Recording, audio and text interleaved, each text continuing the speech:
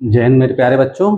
और मैंने आपको वास्तविक संख्याओं के बारे में परिमेय अपरिमेय ये सारी चीज़ें एचसीएफ और एलसीएम आपको बता दिया है। तो अब आगे चलते हैं हम इसके चैप्टर के, ठीक है, जो एनसीईआरटी की किताब है 10वीं की हिंदी माध्यम की, उसके चैप्टर पे चलते हैं। इसकी पहली प्रश्नावली जो है वो है 1.1, ठीक है। अब इसका जो है हम पहला क्वेश्चन पहले इसका सॉल्व करते हैं, ठीक है। इसमें पहला क्वेश्चन ये कह रहा है कि निम्नलिखित संख्याओं को अभाज्य गुणनखंडों के रूप में व्यक्त कीजिए। कह रहा है कुछ संख्याएं, इनको अभाज्य गुणनखंड के रूप में व्यक्त करना है, तो आप इसको अच्छी तरीके से जानते हैं, ठीक है। 140 पहला इसका दिया हुआ है 140, ठीक है। हालांकि आप ये सब सारा आप लोग कर लेंगे, लेकिन ये क्वेश्चन है चूंकि शुरुआत कर रहा हूँ इसलिए बता रहा हूँ इसको, ठीक है। अब देखिए किससे कटेगा, 2 से कटेगा, 2 7 14, फिर 0 हो गया, फिर 2 से काटेंगे कितना हो जाएगा 35 हो जाएगा, फिर 5 से काटेंगे फिर कितना हो जाएगा 7 हो जाएगा, फिर 7 से काटेंगे कितना हो जाएगा 1, ठीक है। तो कहने का मतलब ये हुआ कि 140 को जो हम लिख सकते हैं 2 × 2 × 5 × 7, या इसको ऐसे लिख सकते हैं 2 × 2 को हम लिख सकते हैं 2 पावर 2 × 5 × 7। तो ये इसके अभाज्य गुणनखंड के रूप में हो गया, ठीक है। अब आते हैं हम दूसरे क्वेश्चन पे। बाकी क्वेश्चन आप लगाइएगा, नहीं आएगा तो कमेंट बॉक्स में बताइएगा, मैं बता दूंगा। पूर्णांकों के निम्नलिखित युग्मों के एचसीएफ और एलसीएम ज्ञात कीजिए तथा इसकी जांच कीजिए कि दो संख्याओं का गुणनफल एचसीएफ × एलसीएम है, ठीक है। जैसे मैंने अभी आपको बताया था ना कि पहली संख्या गुणे दूसरी संख्या बराबर एचसीएफ × एलसीएम, तो उसी की जांच करनी है और इसका एचसीएम और एलसीएम हमको क्या करना है, निकालना है। जैसे इसमें पहला क्वेश्चन दिया है 26 और 91, ठीक है। 26 दिया है और क्या दिया है 91 दिया। तो सबसे पहला काम इसमें हम क्या करेंगे, देखिए ये पहली संख्या हो गई, पहली संख्या, ठीक है, और ये क्या हो गई दूसरी संख्या, दूसरी संख्या, ठीक है। तो पहला काम हम ये करेंगे, इनका जो है हम अभाज्य गुणनखंड करेंगे या प्राइम फैक्टर करेंगे। तो 26 का अभाज्य गुणनखंड करते कितना बार में गया 13 बार में जाएगा, फिर 13 से काटेंगे 13 × 1 = 13, तो 26 को लिख देंगे हम 2 × 13, ठीक है। और 91 है, तो 91 को हम क्या करते हैं 7 से काट देते हैं, ठीक है। तो 91 को 7 से काटेंगे तो 13 × 7 = 91, फिर 13 × 1 = 13, ठीक है। तो ये हो गया आपका 91 = हो गया 7 × 13, ठीक है। अब देखिए तो सीधे सीधे अगर हम बात करें एचसीएफ, इसका एचसीएफ क्या होगा, एचसीएफ देख लीजिए क्या होगा। मैंने क्या बताया था एचसीएफ कैसे निकालते हैं कि जो दोनों में कॉमन होता है वही एचसीएफ होता है। तो एचसीएफ इसका कितना हो जाएगा 13 हो जाएगा, 13 हो जाएगा। और एलसीएम, एलसीएम क्या होता है, जो कॉमन होता है उसको एक बार लिखते हैं, बाकी जो है हम क्या करेंगे मल्टीप्लाई कर देंगे, 2 बचा और 7 बचा, ये हमने लिख दिया, ठीक है। तो 13 दूना हो गया 26, 26 × 7, 7 × 42 को 2, हाथ से लगा 4, 7 दूनी 14, 4 18, ठीक है। तो एलसीएम हो गया 182। अब हमको यहाँ पे क्या करना है कि इसमें वेरीफाई ये करना है कि पहली संख्या गुणे दूसरी संख्या बराबर एचसीएफ × एलसीएम, ये हमको वेरीफाई करना है, ठीक है। तो यहाँ पे देखिए पहली संख्या क्या है 26, तो हम पहले लिखेंगे लेफ्ट हैंड साइड, ठीक है। तो लेफ्ट हैंड साइड का मतलब क्या हुआ, पहली संख्या गुणे दूसरी संख्या। तो पहली संख्या कितनी है 26 और दूसरी संख्या कितनी है 91, ठीक है। तो पहली संख्या हो गई 26, दूसरी संख्या हो गई 91। तो 91 में 26 से आप मल्टीप्लाई कर दीजिए, 6 × 6 = 6 × 9 = 54। देखिए मैं डायरेक्ट इसको नहीं कर रहा हूँ, मोबाइल से भी मैं इसको कर सकता था, लेकिन मैं आपको प्रोसेस बता रहा हूँ। कोशिश करना चाहिए कि जितना आप मैनुअली कर सकें। 6 × 6 = 6 × 9 = 54, 2 × 2 = 2 × 9 = 18, 6 4 2 6, 8 5 13 को 3, 1 1 2, ठीक है। तो ये आपका हो गया 2366, ठीक है। अब जो है राइट हैंड साइड बराबर क्या है एचसीएफ × एलसीएम। अब एचसीएफ आपने कितना निकाला है एचसीएफ आपने 13 निकाला है और एलसीएम कितना निकाला है 182, ठीक है। अब जो है मल्टीप्लाई कर दीजिए, तो 182 × 13, तो 13 दूना 26 को 6, अस्सी लगा 2, 13 बटे 104 और 2 6, ठीक है। 13 बटे 104 और 2 6 10 हुआ, 13 × 13 = 10 23, ठीक है। तो क्या हो गया, ये भी आ गया आपका 2366।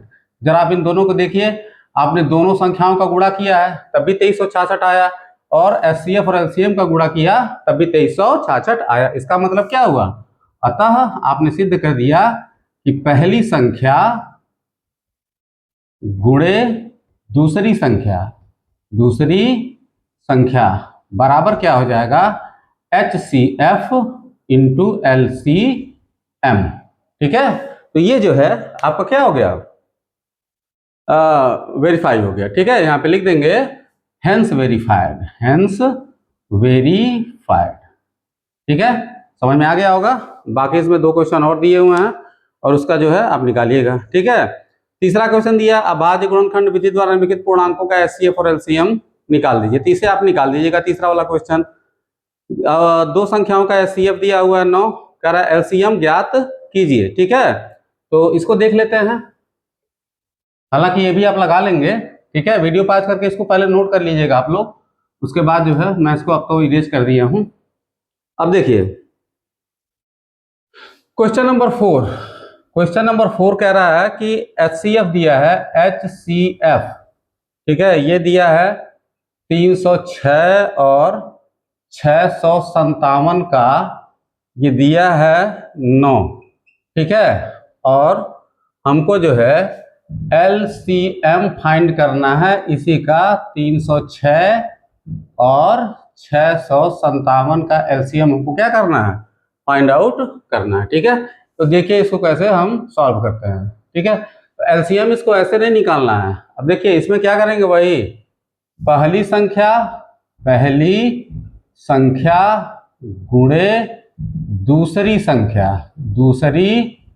संख्या बराबर HCF इंटू LCM। ठीक है, तो पहली संख्या कितनी है, 306 है, दूसरी संख्या कितनी है, 657 है। HCF हमको क्या करना है, HCF दिया है 9, हमको LCM क्या करना है, फाइंड करना है। तो LCM इज इक्वल टू हो जाएगा 306 इंटू 657 डिवाइडेड बाई 9। ठीक है, अब इसको आप क्या करिए, काट दीजिए। तो 9 से इसको काटेंगे तो कितनी बार में जाएगा, 9 तारीख 27। ठीक है, 3 बचा, 9 चौको 36।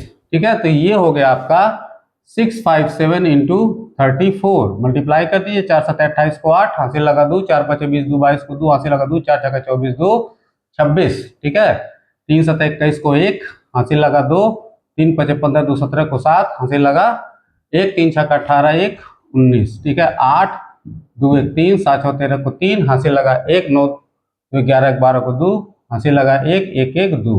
तो ये हो जाएगा आपका 22,338। ठीक है, अभी मैं कैलकुलेशन सही किया गलत किया है, गलत होगा तो आप कमेंट बॉक्स में बताइएगा, सही होगा तो कोई बात नहीं है, बस ऐसे ही कैलकुलेट करना है। ठीक है, तो ये मैं कैलकुलेट जानबूझ के करके आपको दिखाया हूं। ठीक है, अदरवाइज मैं यहाँ पे छोड़ देता, मैं कहता आप इसको कैलकुलेट कर लीजिए।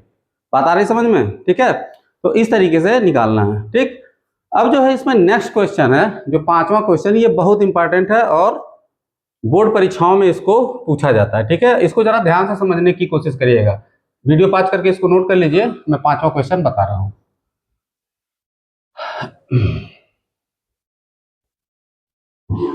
5वां क्वेश्चन है, 5वां क्वेश्चन ये कह रहा है कि जांच कीजिए। ठीक है, हमको जांच करना है, ठीक, कि n कोई प्राकृत संख्या है। क्या है, प्राकृत संख्या मतलब नेचुरल नंबर। प्राकृत संख्या मैंने आपको पहले वीडियो में बताया था, पहला वीडियो ध्यान से देखिएगा। प्राकृत संख्या क्या होती है, जिनके द्वारा गिना जाता है। ठीक है, तो कह रहा है कि 6 पावर n क्या 6 पावर n अंक 0 पर समाप्त हो सकता है, ठीक है। इस क्वेश्चन में ये कह रहा है कि जैसे n कोई प्राकृतिक संख्या है, ठीक है, प्राकृतिक संख्या मतलब हुआ कि 1 2 3 4 5 ऐसे कोई संख्या है। ठीक है, तो कह रहा है क्या ये 0 पे समाप्त हो सकता है, चेक करते हैं। देखिए अगर हम n बराबर 1 रखेंगे तो क्या होगा, 6 पर 1 हो जाएगा, यानी कि 6 हो जाएगा, ये हो गया 2 इंटू 3। ठीक है, n बराबर अगर आप 2 रखते हो तो 6 पर 2 हो जाएगा, मतलब 6 इंटू 6। ठीक है, तो इसको 6 ही रहने दीजिए, ये हो गया 36। ठीक है, ऐसे ही आप बढ़ाते जाओ। ठीक है, आप देखोगे कि कहीं भी, ठीक है, इकाई का अंक या यूनिट जीरो नहीं आएगा। अब बात ये आती है कि इकाई का अंक जीरो क्यों नहीं आएगा। तो जीरो आने के लिए कंडीशन क्या है, देखिए कोई भी संख्या आप बताइए कि जिसमें इकाई का अंक शून्य हो। जैसे पहले सबसे छोटी संख्या जिसमें इकाई का अंक शून्य है वो क्या है, 10 है। तो 10 में क्या हो गया, 2 × 5 होगा। ठीक है, इसके बाद इकाई का अंक शून्य जो आएगा उसमें क्या होगा, देख लीजिए, 2 दूना 4 पचे 20। उसके बाद अगर आप 30 की बात करें तो 2 तिहाई 6 पचे 30। ठीक है, अब जरा इन तीनों को देखिए, इसमें कॉमन ट्रेंड आपको दिख रहा होगा। ठीक है, कि इसमें भी इसका फैक्टर 2 और 5 है, इसमें भी 2 और 5 आ रहा है, और इसमें भी 2 और 5 आ रहा है। इसका मतलब क्या हुआ कि कोई भी संख्या जीरो पर क्या होगी, समाप्त कब होगी, जब उसका इकाई का अंक जीरो कब होगा, जब उसके अभाज्य गुणनखंड में 2 और 5 होंगे। ठीक है, बात आ रही समझ में। अभाज्य गुणनखंड में अगर 2 और 5 होगा तभी जो है पहले उसका इकाई का अंक जीरो होगा, या वो संख्या जीरो पर क्या होगी, समाप्त होगी। लेकिन अब 6 में है क्या, 6 जो है आपका 2 × 3 है, बोलिए, उसमें 5 नहीं है ना, इसीलिए कभी भी 6 पावर n जीरो पे खत्म नहीं होगा। ठीक है, तो यहाँ पे लिखेंगे कि जीरो पर समाप्त होने के लिए, समाप्त होने के लिए, ठीक है, संख्या का अभाज्य गुणनखंड, अभाज्य गुणनखंड, ठीक है, 2 पावर n × 5 पावर m, मतलब कि n और m जो है क्या है, प्राकृतिक संख्या है। ठीक है, नेचुरल नंबर है। ठीक है, प्राकृतिक संख्या होनी चाहिए। ठीक है, और चूंकि यहां पर क्या हो रहा है, 6 बराबर क्या है, 2 × 3 है, यहां जो है 5 अभाज्य गुणनखंड, अभाज्य गुणनखंड नहीं है, नहीं है ना। यहाँ पे 6 का जो गुणनखंड है, हमको 6 पावर n ही तो फाइंड आउट करना है कि 6 पावर n जीरो पर समाप्त होगा कि नहीं होगा। तो 6 का गुणनखंड हम कर रहे हैं तो 2 × 3 आ रहा है, इसमें 5 आ ही नहीं रहा है, तो 5 अभाज्य गुणनखंड नहीं है, इसलिए 6 पावर n शून्य पर समाप्त नहीं हो सकता। ठीक है, उम्मीद है आप लोगों को समझ में आ गया होगा अच्छे से। ठीक है, कमेंट बॉक्स में बताइएगा कैसा लगा। अब आते हैं लास्ट क्वेश्चन इस चैप्टर का, 7वां क्वेश्चन। 7वां क्वेश्चन देखिए, दे रहा है, कह रहा है किसी खेल के मैदान के चारों ओर एक वृत्ताकार पथ है। ठीक है, कोई खेल का मैदान है तो मान लीजिए कि उसके चारों तरफ एक सर्कुलर पाथ है, ऐसे एक सर्कुलर पाथ है। ठीक है, सर्कुलर पाथ, सर्किल है, वृत्त है। ठीक है, इस मैदान का एक चक्कर लगाने में सोनिया को 18 मिनट लगे। 2 लड़कियां हैं, एक लड़की है सोनिया, ठीक है,